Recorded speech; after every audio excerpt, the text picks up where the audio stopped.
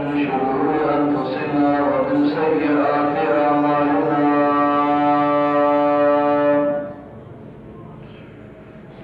من يهده الله فلا مضل له ومن يضلل فلا هادي له ونشهد أن لا إله إلا الله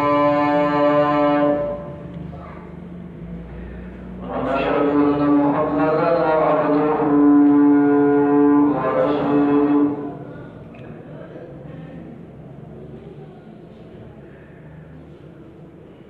أما بعد فإن خير الحديث كتاب الله وخير الهدي هدي محمد صلى الله عليه وسلم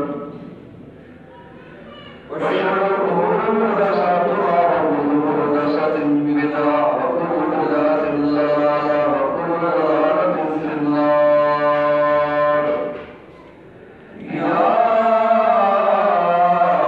أيها الذين آمنوا اتقوا الله حق تقاته ولا تموتن إلا وأنتم مسلمون يا أيها الناس اتقوا ربكم الذي خلقكم من نفس واحدة وخلق منها زوجها وبث منهما رجالا كثيرا ونساء واتقوا الله الذي تساءلون به والأرحام إن الله كان عليكم رقيبا يا أيها الذين آمنوا اتقوا الله وقولوا قولا سديدا يصلح لكم أعمالكم ويغفر لكم ذنوبكم ومن يطع الله ورسوله فقد فاز فوزا عظيما اللهم إنا نسألك علما نافعا وعملا متقبلا ورزقا طيبا رب اشرح لي صدري ويسر لي أمري واحلل عقدة من لساني يفقهوا قولي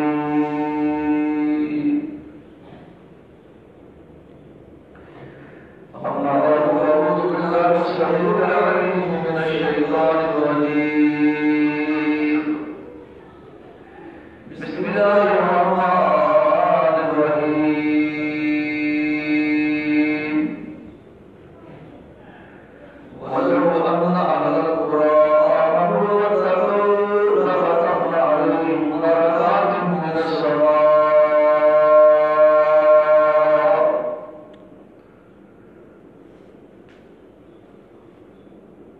اگر اہل ایمان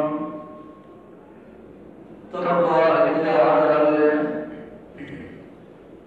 اپنے دلوں کے اندر اللہ کا ڈر اور خوف پیدا کر لیں لفتحنا عليهم بركات من السماء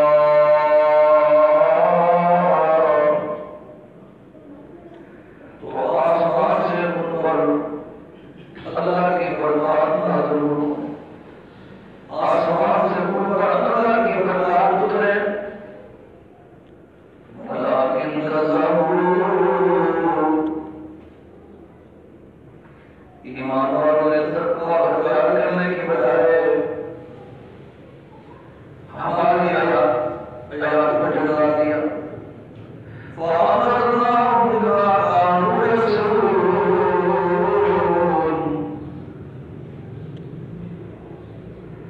ہم نے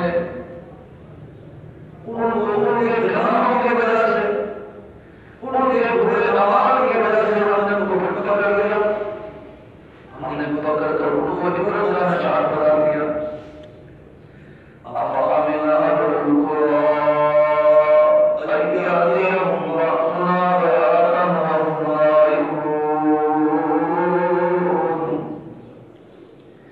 کیا بستی والے ملک والے اس بات سے بے خبر ہو گئے کہ رات کو سوئے ہوئے ہو ہم ان پر اچانک اپنا عذاب نازل کر دیں آمین أهل القرى أن يأتيهم بأسنا ضحى وهم يلعبون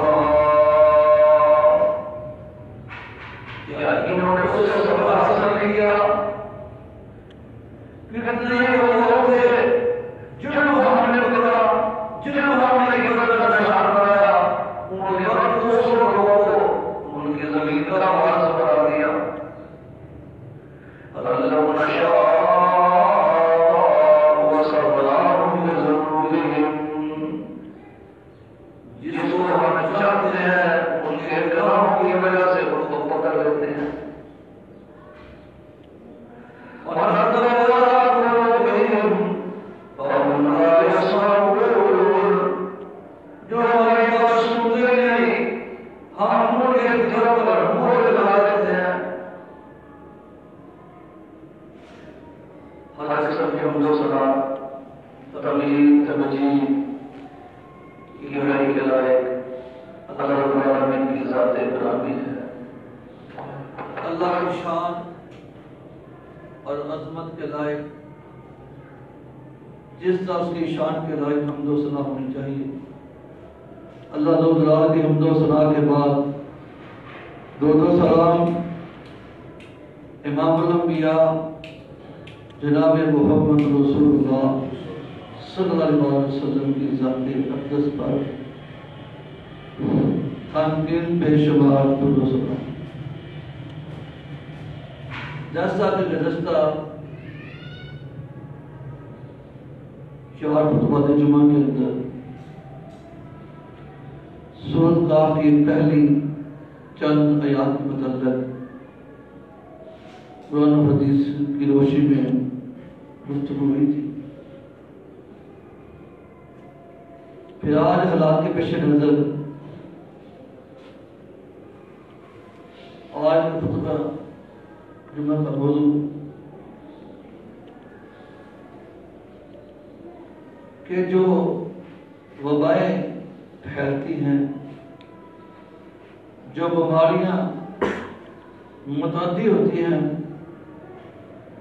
وہ اللہ تعالیٰ کسی قوم پر کیوں نازل کرتا ہے؟ اس کے کیا اسباب ہیں؟ اور ان وبا پھیلنے سے پہلے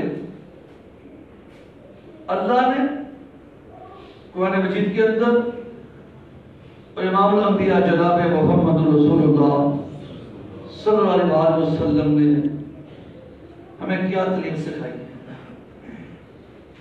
اور جب وبا آ جائے پھر اس کے بعد کیا تعلیمات دی ہے۔ پھر دو اس کی صورتیں ہیں، یعنی ایک وبا بیماریاں عذاب آ جانے سے پہلے، اور دوسری صورت کون سی ہے؟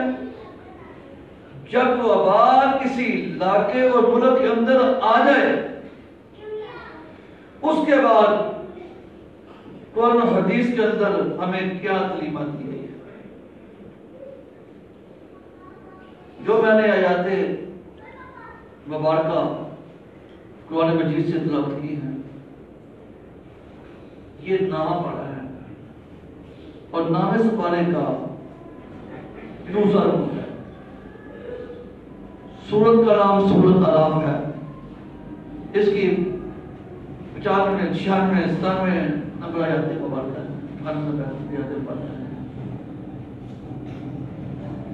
اس کے اندر پہلی آیت مبارکہ میں یہ بیان کیا گیا وَلَوْ أَنَّ أَهْلُ الْقُرَىٰ آمَنُوا وَاتَّقَوْا لَفَتَحْنَا عَلَيْهِمْ بَرَكَاتٍ مِنَ السَّمَاءِ وَالْأَرْضِ۔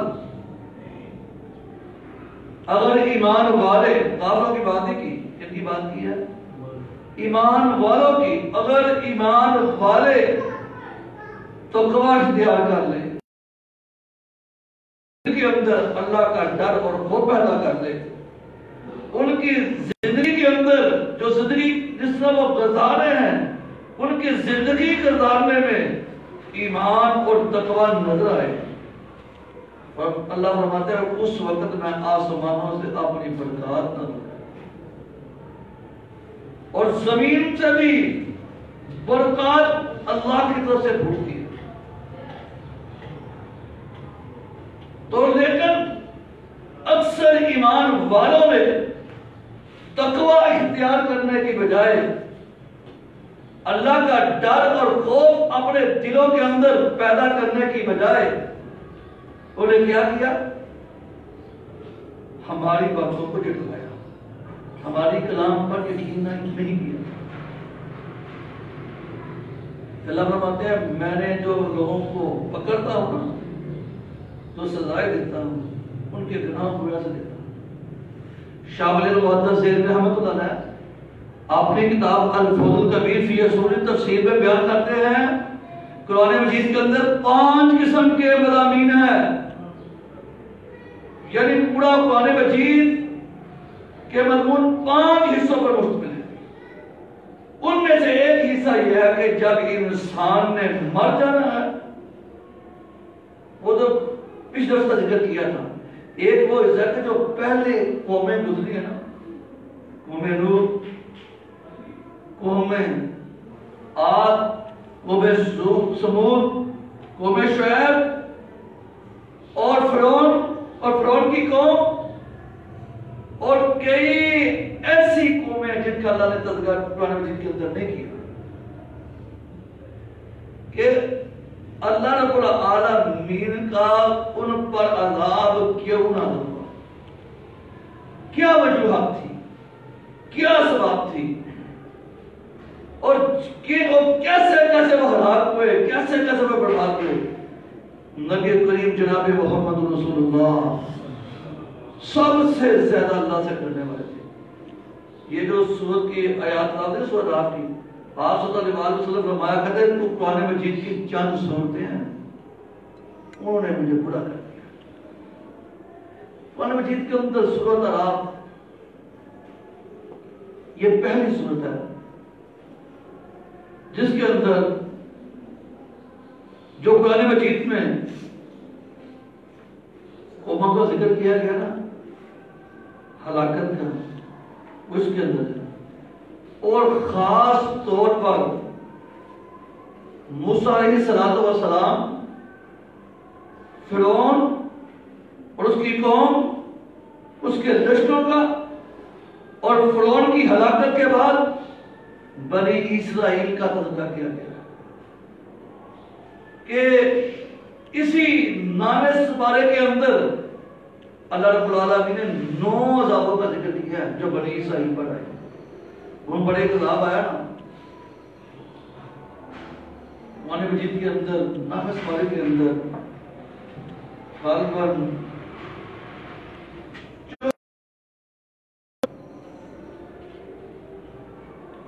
اور اس کی آیت مبارکہ 134 آیت مبارکہ ہے،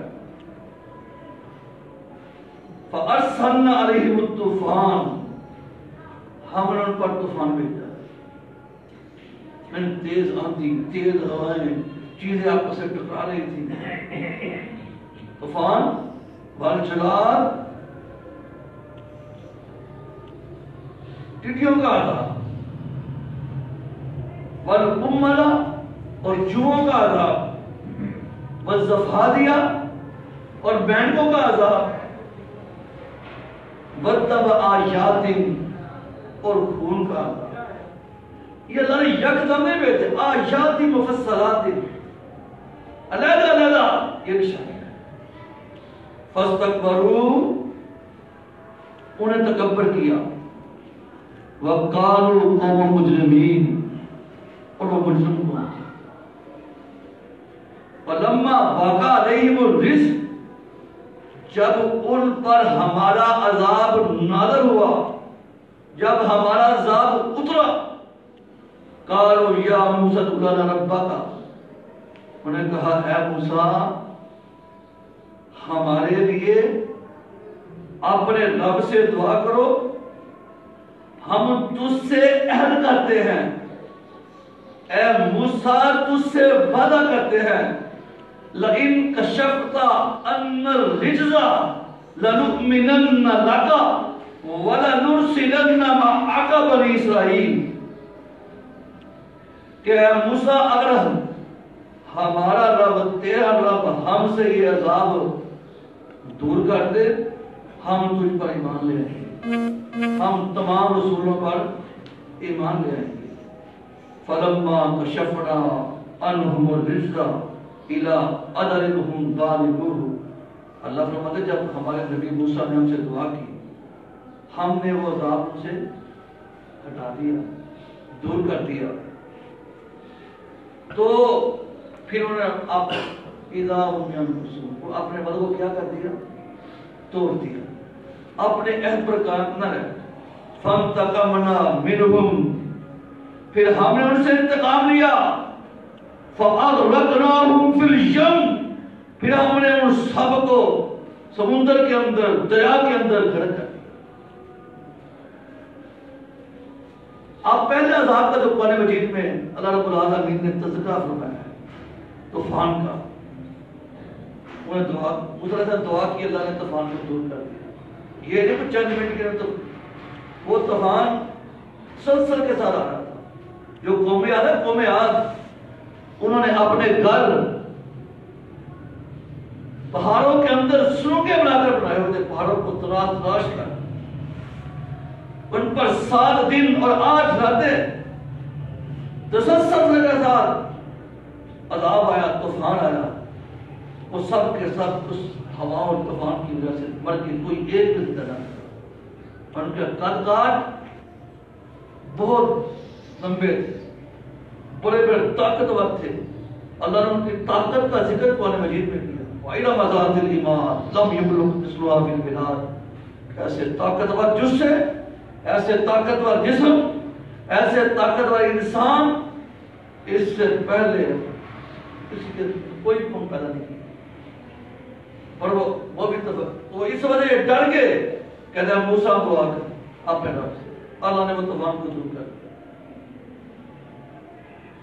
پھر کچھ عرصہ گزرا، پھر انہوں نے اللہ کی نافرمانی کرنا شروع کر دی، اللہ کے رسولوں کا مذاق کرنا شروع کر دیا۔ پھر اللہ نے ان پر مینڈوں کا لا دیا۔ ہمارے یہاں مینڈے جب بارش چپٹ ہوتے ہیں نا، ان کے ہر جگہ مینڈے نہیں بیٹھے، جہاں بیٹھتے، جہاں اٹھتے، کھاتے بستروں میں، وہ بڑے پریشان، یعنی ان کا زندگی کا گزران ان پر تنگ ہو گیا۔ تو لاچار ہو کر، بے بس ہو کر اللہ کے نبی موسیٰ علیہ السلام کے پاس آتے ہیں، کہتے ہیں موسیٰ ہم ایمان لے آئیں گے اگر ہمارا رب یہ تکلیف یا عذاب ہم سے دور کرے۔ عذاب اللہ نے دور کر دیا، پھر اس کے بعد پھر اسی طرح ایمان نہ لے۔ پھر اللہ رب العالمین نے جوؤں کا ہر جگہ جوئیں کھانا کھانے سالن میں ہر جگہ۔ پھر اللہ کے نبی موسیٰ علیہ السلام کے پاس گئے، پھر اللہ کے نبی موسیٰ علیہ السلام دعا کی، اللہ نے وہ عذاب دعا کی وجہ سے دور کر دی۔ پھر اسی طرح نافرمانی آپ نے عہد پر قیام نہ رہے۔ پھر اللہ رب العالمین نے خون کا عذاب، ہر جگہ خون ہی خون ہوتا، کھانا کا اس میں خون آ جاتا، سوتے وہاں خون آ جاتا۔ اس طرح اللہ رب العالمین نے ان پر 8-9 قسم کے عذاب۔ پھر اللہ فرماتے ہیں کہ جب انہیں تکبر کیا، جن قوموں پر بھی عذاب آتا ہے، قوموں پر عذاب وہ تکبر کرنے کی وجہ سے آتا ہے۔ تکبر کسے کہتے ہیں؟ تکبر کہتے ہیں کہ انسان اپنے آپ کو بڑا سمجھے۔ ہم سب سے بڑا کسے سمجھتے ہیں؟ اللہ تعالیٰ، جو میں نے آیت مبارکہ تلاوت کی ہے، وَلَوْ أَنَّ أَهْلَ الْقُرَىٰ آمَنُوا وَاتَّقَوْا لَفَتَحْنَا عَلَيْهِمْ بَرَكَاتٍ مِّنَ السَّمَاءِ وَالْأَرْضِ۔ اگر ایمان والے تقوی اختیار کر لے، ہم آسمان سے برکات نہ دیں اور زمین سے بھی برکات دیں، لیکن انہیں جھٹلایا۔ اللہ کو بڑا ماننا یہ ہے کہ اللہ جو بھی حکم نازل کرے ہم اس کو مانے، اللہ جن باتوں سے روکے ہم ان سے رک جائے۔ ہماری ہدایت اور رہنمائی کے لیے اللہ نے رسول مبعوث کیے، ہماری تو جناب امام الانبیاء جناب محمد رسول اللہ صلی اللہ علیہ وسلم، ہم ہر بات آپ کی مخالفت سے بچے۔ تقوی یہ ہے کہ انسان اللہ کا ہے، اپنا من ختم کر دے،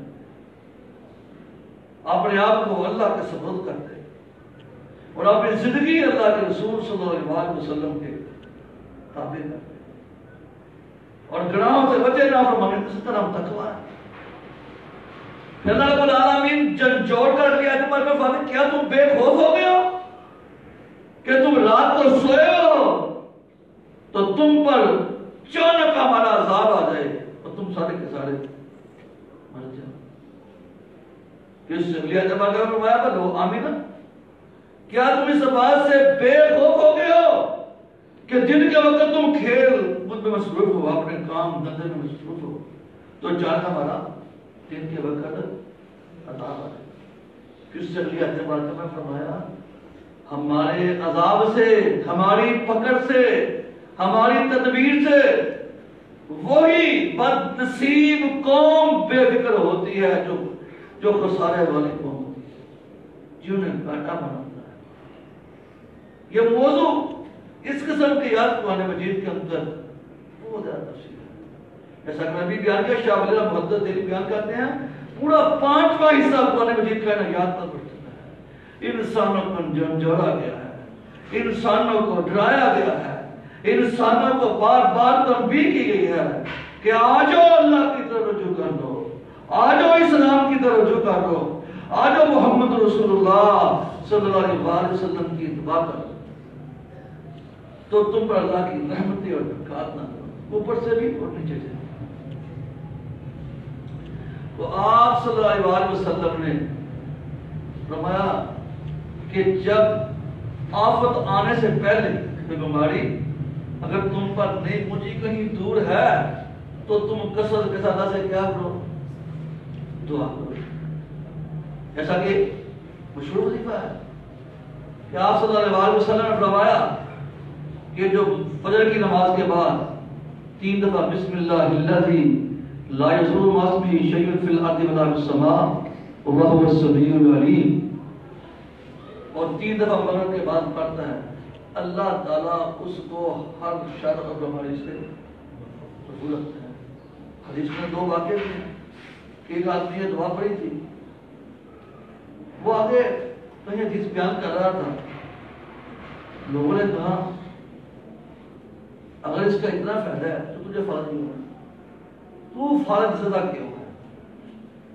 کہتا ہے اس میں کوئی شک نہیں، جس دن میں نے یہ دعا لینا پڑی تھی اس دن فارغ نے مجھ پر حملہ کیا۔ ایک دعا کہ آپ سب جہاں بھی آپ قیام کرتے ہیں، ٹھہرتے ہیں، پڑاؤ کرتے ہیں، تو یہ دعا پڑھیں اعوذ بکلمات اللہ التامۃ من شر ما خلق۔ تو حدیث کے اندر آتا ہے کہ ایک گرانا یہ جہاں دعا پڑھتا تھا، کہتے ہیں میں ایک جگہ قیام جنگل میں کیا ہوا تھا، ہماری بچی کو سانپ نے ڈس دیا، اسے یہ دعا پڑھی ہوئی تھی، اس دعا کی برکت سے اسے کچھ بھی کوئی نقصان نہیں۔ اس بے شمار دعائیں جو اللہ کے رسول صلی اللہ علیہ وسلم نے سکھائی ہیں۔ پھر آپ صلی اللہ علیہ وسلم اللہ جو قرآن کرا غیر میں نبی اعلان کرتے ہیں اذ تأذن ربکم لئن شکرتم لأزیدنکم تم فإن عذابی لشدید۔ یہ عربی کے تیرے رب کا اعلان ہے، اگر تم میرا شکر ادا کرو میں تمہیں اور زیادہ انعامات سے نوازوں گا اور نعمتوں سے نوازوں گا، وَلَئِن كَفَرْتُمْ فَإِنَّ عَذَابِي لَشَدِيدٌ۔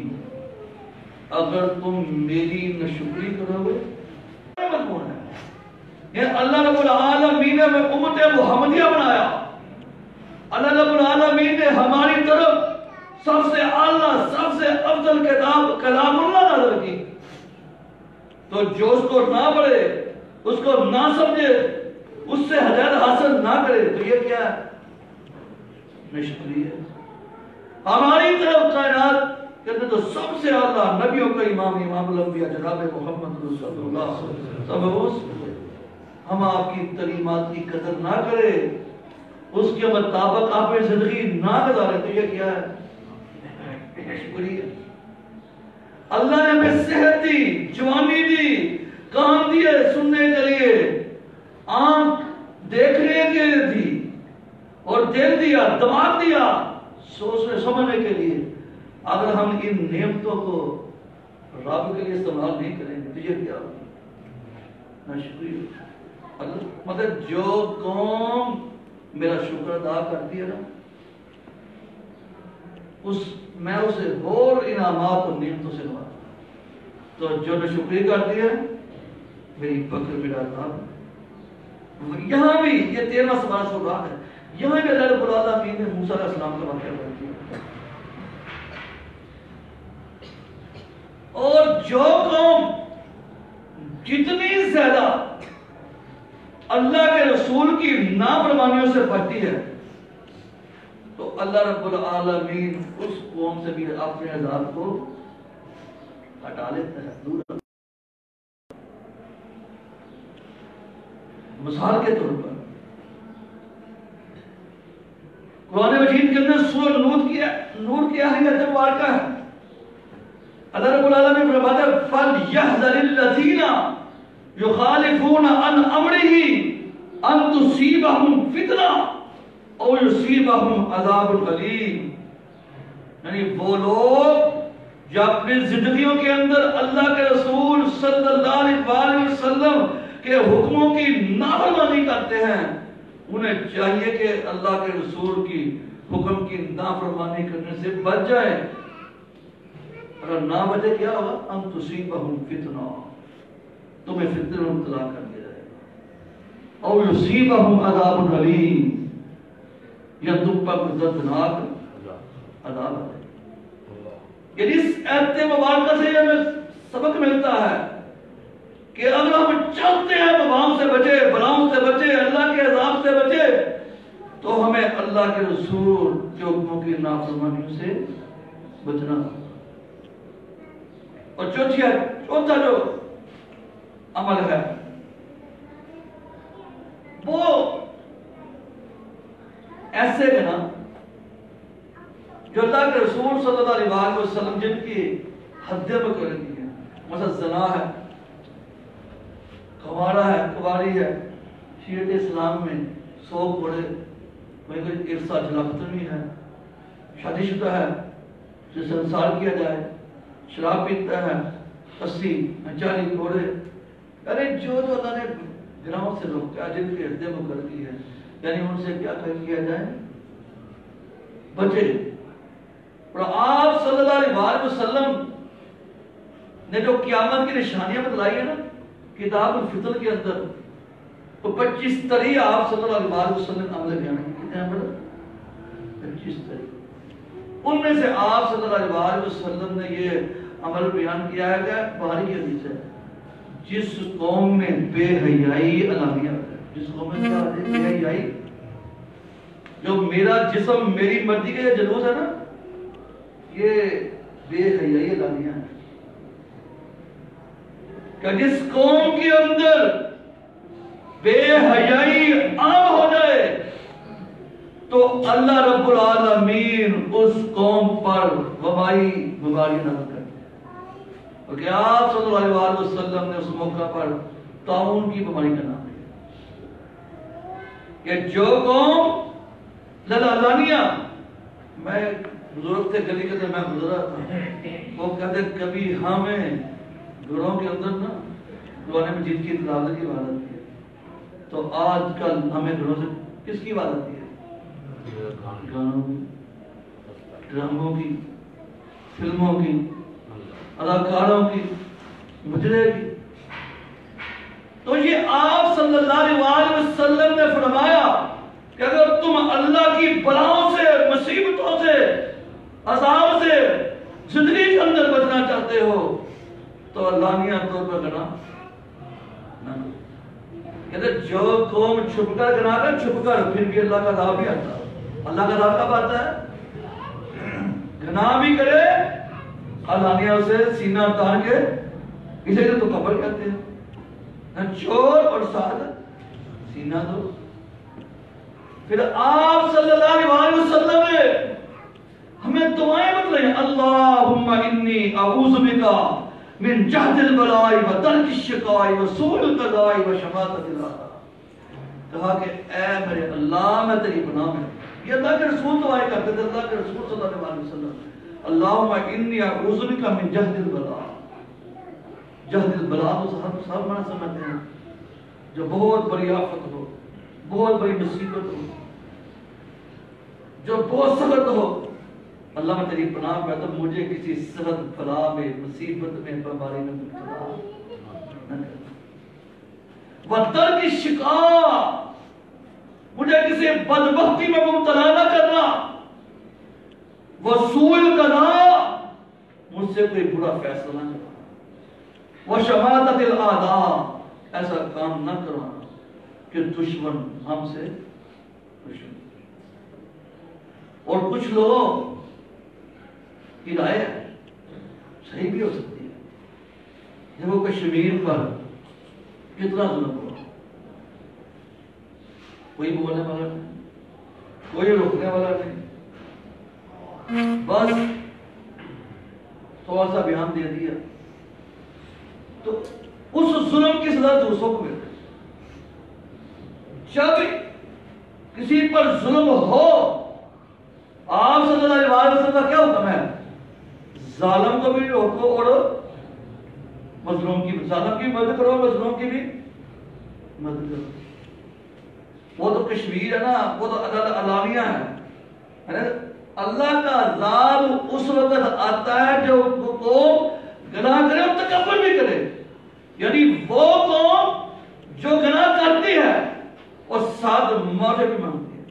میں آج کتاب ایک پڑھتا، اکبر آبادی انڈیا کے پروفیسر ہیں، بڑی کتابیں انہوں نے لکھی ہے، قوموں کا عروج و زوال ایک کتاب تھی، ان کے اندر مسلمان بادشاہ جو گزرے ہیں ان کے حالات پر تبصرہ کیا ہے۔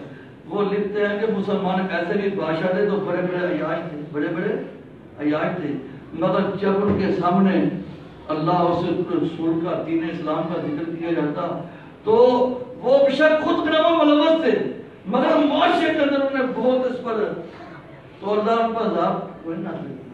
اللہ کے عذاب کب نازل ہوتے ہیں؟ انسان گناہ کرے پھر اس پر اکڑے، تکبر کرے، دانیہ بیان کرے، جیسا کہ اور موجودہ دور میں کشمیر پر کتنا ظلم ہو رہا ہے، موجودہ دور میں شام کے اندر کس طرح کے ظلم ہو رہے ہیں، موجودہ دور کے اندر اسرائیل کیسے ظلم کر رہا ہے، اور امریکہ جہاں دل کرتا ہے عراق کے اندر کیسے مسلمان پر ظلم کیا، یہ اس وبال کا نتیجہ ہے۔ اور جو چھٹا عمل اللہ کی بیماریوں سے، اللہ کے عذاب سے، وباؤں سے بچنے کا، کہ اللہ سے معافی مانگے۔ اللہ سے کیا کی جائے؟ معافی اس کا نام نہیں، استغفر اللہ کہہ دینا، یہ تو سارے کہتے ہیں۔ معافی کا مطلب یہ ہے استغفار کا کہ بندہ اپنے گناہوں پر شرمندہ ہو، اپنے گناہوں پر اسے ندامت ہو، اور شرمندہ ہو کہ میں یہ گناہ کیوں کرتا، پھر اللہ سے معافی مانگے کہ یا اللہ میں تجھ سے وعدہ کرتا ہوں میں اتنا نہیں کرتا۔ تو اس قوم پر اللہ کا عذاب ہی آتا۔ ابو جہل ادھر بیت اللہ کا غلاف پکڑ کے کہتا کہ اللہ اگر محمد سچا ہے تو ہم پر پتھروں کی بارش ڈال۔ ظالم نے یہ نہیں کہا کہ اللہ محمد سچا ہے مجھے توفیق عطا کر دے، کہتا کہ اللہ محمد سچا ہے، جو اس پر نظر سچا ہے، فَأَمْطِرْ عَلَيْنَا حِجَارَةً مِّنَ السَّمَاءِ أَوْ ائْتِنَا بِعَذَابٍ أَلِيمٍ، یا ہم پر کوئی دردناک عذاب دے۔ تو اللہ نے کہا وَمَا كَانَ اللَّهُ لِيُعَذِّبَهُمْ وَأَنْتَ فِيهِمْ، اے میرے نبی جب تک تو ان میں موجود ہے۔ مفسرین، محدثین، اہل علم نے یہ نکتہ بیان کیا ہے، نبی کی موجودگی ہوتی ہے کہ نبی نیکیوں کی دعوت دیتا ہے، برے کاموں سے جب تک ہے۔ تو جب کوئی قوم ہے یہ عمل ہو تو اس قوم پر بھی اللہ کا عذاب۔ دوسری اسی حد میں وَمَا كَانَ اللَّهُ لِيُعَذِّبَهُمْ وَأَنْتَ فِيهِمْ وَمَا كَانَ اللَّهُ مُعَذِّبَهُمْ وَهُمْ يَسْتَغْفِرُونَ، ان میں سے ایسے بھی ہیں اللہ سے معافی مانگتے، جب کوئی قوم معافی مانگتی ہے اور استغفار کرتی ہے تو اللہ اس قوم پر بھی عذاب نازل نہیں کرتا۔ اس کے دو حصے ہیں، یعنی پہلے جب عذاب کسی قوم پر آ جائے، وبال آ جائے، اس وقت کیا کرنا چاہیے انشاءاللہ ان کا خطبہ جمعہ کے اندر بیان کیا جائے گا۔ آج کے سارے جمعے کا خلاصہ یہ ہے ہمیں تقویٰ اختیار کرنا چاہیے۔ اگر ہم تقوی اختیار کریں گے تو اللہ ہم پر آسمانوں سے برکات نازل کرے گا، زمین سے بھی برکات ٹوٹے گی. تو اللہ تعالیٰ تمہیں تقوی اختیار کرنے کی بجائے تم کرتے ہیں تو پھر میری پکڑ آتی ہے، وہ کسی وقت بھی آ سکتی ہے. وہ اس سے بے خوف وہی لوگ ہوتے ہیں جو گھاٹے والی قوم ہوتی ہے، جس قوم نے خسارہ اٹھانا ہوتا ہے.